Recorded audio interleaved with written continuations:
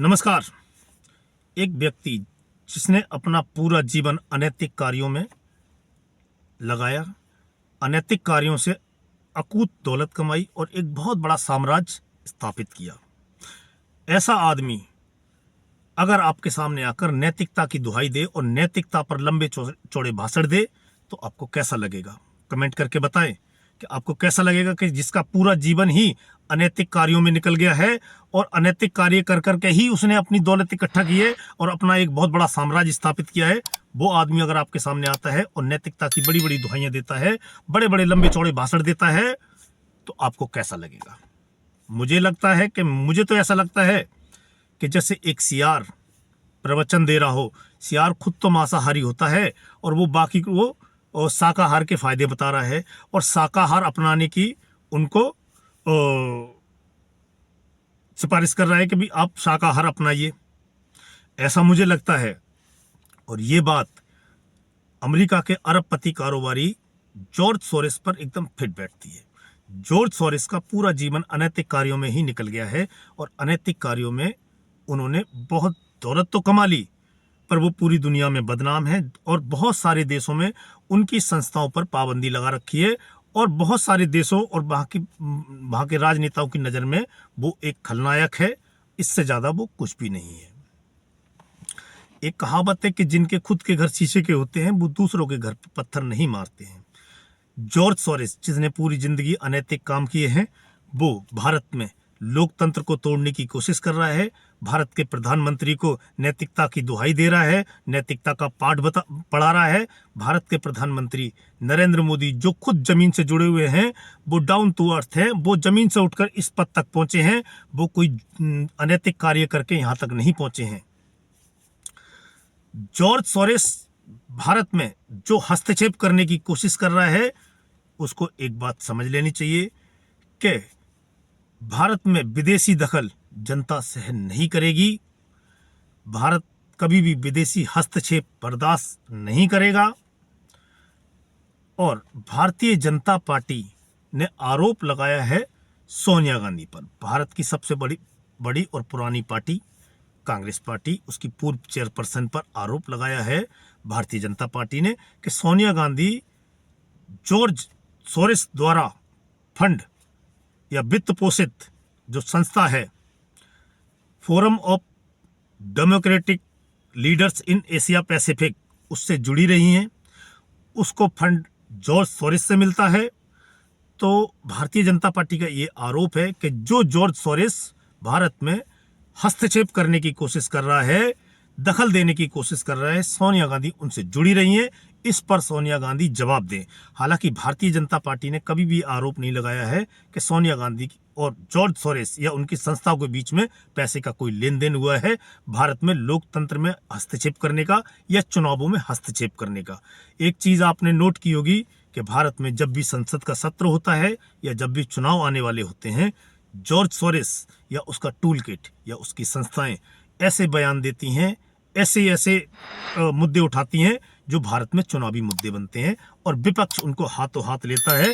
इसलिए विपक्ष शक के घेरे में आता है कि कहीं विपक्ष की साठगांठ जॉर्ज सोरेस या उसकी संस्थाओं से तो नहीं है, क्योंकि जॉर्ज सोरेस जब भी या उसकी संस्थाएं कोई आरोप लगाती हैं, भारत का विपक्ष उसको हाथों हाथ लेता है। ऊपर से सोनिया गांधी जॉर्ज सोरेस द्वारा जो वित्त पोषित संस्थाएं थी उससे जुड़ी रही हैं। यही शक गहरा होता है और यहीं पर सोनिया गांधी से भारतीय जनता पार्टी सवाल पूछ रही है।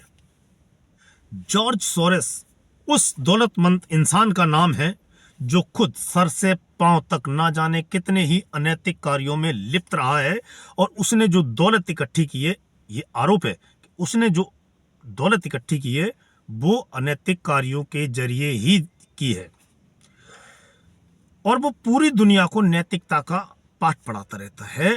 और एक देश जिसने जॉर्ज सोरेस को आर्थिक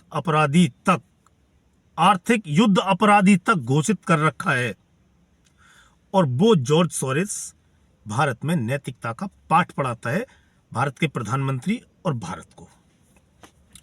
भारत के प्रधानमंत्री और भारत के लोकतंत्र के खिलाफ जॉर्ज सोरेस ने एक तरह से जंग छेड़ रखी है।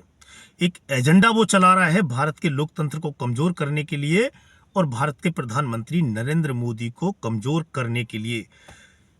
जॉर्ज सोरेस के जब भी बयान आते हैं वो एक राजनेता की तरह होते हैं, ना कि एक बिजनेसमैन की तरह होते हैं। वो एक राजनेता की तरह बयान देता है और हर बार भारत में हस्तक्षेप की कोशिश करता है। उसका आरोप है कि भारत के जो प्रधानमंत्री हैं नरेंद्र मोदी, वो भारत को तानाशाही की ओर लेके जा रहे हैं और वो भारत को हिंदू राष्ट्र बनाना चाहते हैं। ऐसा आरोप जॉर्ज सोरेस ने लगाया है। एक बात आपको ध्यान रखनी होगी कि जब भारत के प्रधानमंत्री बने थे नरेंद्र मोदी, भारत की अर्थव्यवस्था 11वें नंबर की थी, आज वो 5वें नंबर पर है। भारत के पासपोर्ट की वैल्यू उस टाइम पर क्या थी और आज क्या है? भारत की जीडीपी उस टाइम पर क्या थी और आज क्या है? भारत की जीडीपी आर्थिक स्थिति उस समय क्या थी और आज क्या है? इस बात से समझ आता है कि विदेशी ताकतें भारत को कमजोर करना चाहती हैं, भारत की अर्थव्यवस्था को अस्थिर करना चाहती हैं, भारत के लोकतंत्र को अस्थिर करना चाहती हैं, ताकि भारत का जो विकास की रफ्तार है उसको बाधित किया जाए, उसको रोका जाए और भारत की तरक्की से उनको कुछ ना कुछ कहीं ना कहीं प्रॉब्लम है। इसलिए वो तरह तरह के आरोप प्रत्यारोप लगाते रहते हैं। जॉर्ज सोरेस ने तो कश्मीर से धारा 370 हटाने का भी विरोध किया था। वो जम्मू कश्मीर को भारत का राज्य ही नहीं मानता है, वो जम्मू कश्मीर को अलग स्टेट मानता है। और उसने जो नागरिकता अधिनियम कानून था CAA, उसका भी खुलकर विरोध किया था और उसके खिलाफ भी बयान दिया था। जॉर्ज सोरेस का जन्म 12 अगस्त 1930 को हंगरी की राजधानी बुडापेस्ट में हुआ है। वो एक यहूदी संपन्न परिवार में उसका जन्म हुआ है। वो एक सटोरिया है और शेयरों में निवेश करता है और व्यापार करता है, ऐसा उसका कहना है। हालांकि खुद को वो दार्शनिक और सामाजिक कार्यकर्ता भी मानता है। सोरेस पर दुनिया के कई देशों में राजनीति और समाज को प्रभावित करने के आरोप लगे हैं। उस पर पैसे के दम पर राजनीति में दखल देने के आरोप लगातार लगते रहे हैं। कई देशों में चुनावों को प्रभावित करने के भी आरोप लगे हैं और वो भारत में भी चुनावों को मैनेज या प्रभावित करना चाहता है समय समय पर। उसके बयान ही ऐसे टाइम पर आते हैं जब भारत में संसद का सत्र शुरू होने वाला होता है या फिर चुनाव होने वाले हैं। इससे ये शंका लगती है कि वो भारत में हस्तक्षेप करना चाहता है चुनावों में और राजनीति में। इसके अलावा यूरोप और अरब के कई देशों ने जॉर्ज सोरेस की जो संस्थाएं हैं उन पर भारी भरकम जुर्माना लगा के उनको अपने देशों में पाबंदी या प्रतिबंध लगा दिया है और वो संस्थाएं उन देशों में काम नहीं कर सकती। वो यूरोप के कुछ देश हैं और अरब के भी कुछ देश हैं।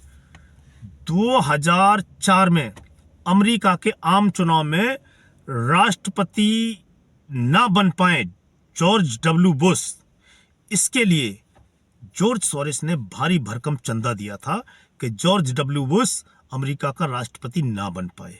ये आरोप भी उन पर लगा है। 2020 में सोरेस ने ये बात बताई थी कि उसकी नज़र में दुनिया में तानाशाह कौन कौन है। सबसे पहला नाम उसने लिया भारत के प्रधानमंत्री नरेंद्र मोदी का। दूसरा नाम था अमेरिका के तत्कालीन राष्ट्रपति डोनाल्ड ट्रंप का। तीसरा नाम था चाइना के राष्ट्रपति शी जिनपिंग का। और जो अगला नाम था वो था रूस के राष्ट्रपति व्लादिमीर पुतिन का। ये जो वर्ल्ड नेता हैं, ये जो बड़े नेता हैं, बड़े देशों के नेता हैं, उसकी नज़र में वो तानाशाह हैं। और प्रधानमंत्री के बारे में तो मैंने आपको बताया कि उसका आरोप था कि ये भारत को हिंदू राष्ट्र बनाना चाहते हैं और तानाशाही की तरफ लेकर जा रहे हैं। जॉर्ज सोरेस पर इंग्लैंड में आर्थिक युद्ध अपराधी घोषित किया गया है जॉर्ज सोरेस को, क्योंकि इस आदमी ने 1990 के दशक में बैंक ऑफ इंग्लैंड को इतना बड़ा नुकसान पहुंचाया था और खुद उससे $1 अरब कमाया था। इसलिए इंग्लैंड ने उसको आर्थिक युद्ध अपराधी घोषित कर रखा है अपने देश में। और वो इंसान, वो जॉर्ज सोरेस भारत के राजनीतिक और लोकतंत्र में दखल देने की कोशिश कर रहा है। और बैंक ऑफ इंग्लैंड वैसा ही है जैसे हमारे देश में रिजर्व बैंक ऑफ इंडिया है। ये वैसे ही काम करता है जैसे हमारे यहाँ रिजर्व बैंक ऑफ इंडिया काम करता है। सोरेस और विवादों का पुराना रिश्ता है, बहुत गहरा नाता है। विवादों में रहना जॉर्ज सोरेस को पसंद है।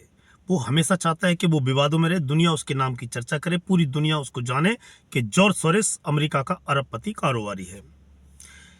इस आदमी के आरोप के आधार पर कांग्रेस पार्टी और खासकर राहुल गांधी और प्रियंका गांधी बीजेपी और प्रधानमंत्री नरेंद्र मोदी को घेरने की कोशिश करते रहते हैं समय समय पर।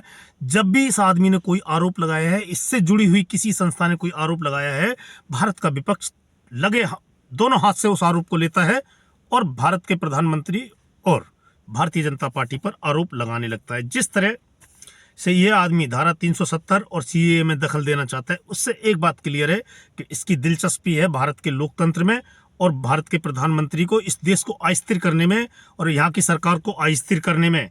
और ये एक तरह से सीधा मामला है भारत के अंदरूनी मामलों में हस्तक्षेप करना। भारत और भारत में रहने वाले जो लोग हैं वो कभी भी इस तरह की हरकत को बर्दाश्त नहीं करेंगे और विपक्ष को इस चीज़ का जवाब देना चाहिए कि जॉर्ज सोरेस, जिसने अपने आप से घोषणा की थी खुद कि वो भारत के प्रधानमंत्री और भारतीय जनता पार्टी को सत्ता से बाहर करने के लिए $1 अरब लेकर बैठा है, $1 अरब खर्चा करने को तैयार है, पर वो भारत में भारतीय जनता पार्टी की जो लोकतांत्रिक तरीके से चुनी हुई सरकार है, लोगों के द्वारा चुनी गई सरकार है, उसको हटाने के लिए $1 अरब खर्च करने को तैयार है। अब जब आरोप सोनिया गांधी पर लगे हैं तो सोनिया गांधी और कांग्रेस पार्टी राहुल गांधी को ये क्लियर करना चाहिए कि उनके और सोरेस की संस्था के बीच में क्या संबंध थे। हालांकि कांग्रेस पार्टी का कहना है कि ये 1994 की बात है, आज की बात नहीं है, पर फिर भी कांग्रेस पार्टी को ये क्लियर करना चाहिए। जैसे चीन की जो कम्युनिस्ट पार्टी है उसका कांग्रेस पार्टी के साथ क्या एमओयू हुआ है, ये बात आज तक किसी को पता नहीं चली है कि दोनों के बीच में क्या मेमोरेंडम ऑफ अंडरस्टैंडिंग हुई है। उसके बारे में कांग्रेस ने आज तक सफाई नहीं दी है। इस मामले पर कांग्रेस को सफाई देनी चाहिए। इस आदमी जिस पर पूरी दुनिया में ये आरोप है कि वो दुनिया में सब राजनीतिक और समाज में हस्तक्षेप करने की कोशिश करता है, इसलिए भारत की जनता कभी भी विदेशी दखल भारत में बर्दाश्त नहीं करेगी। ये बात जॉर्ज सोरेस को समझ लेनी चाहिए और कांग्रेस पार्टी को भी समझना चाहिए कि जॉर्ज सोरेस जैसे लोग जो बाहर बैठ के भारत की तरक्की से, भारत की जो विकास से जलते हैं, भारत की जीडीपी से जिनको प्रॉब्लम है, वो कुछ भी आरोप लगाते हैं और भारत का विपक्ष उसके पीछे पड़ जाता है। चाहे कोई विदेशी ताकत हो या कोई देश हो या कोई संस्था हो, भारत के लोग इसको कभी बर्दाश्त नहीं करेंगे। आज के वीडियो में इतना ही, मिलते हैं आपसे अगले वीडियो में, तब तक के लिए जय हिंद, जय भारत।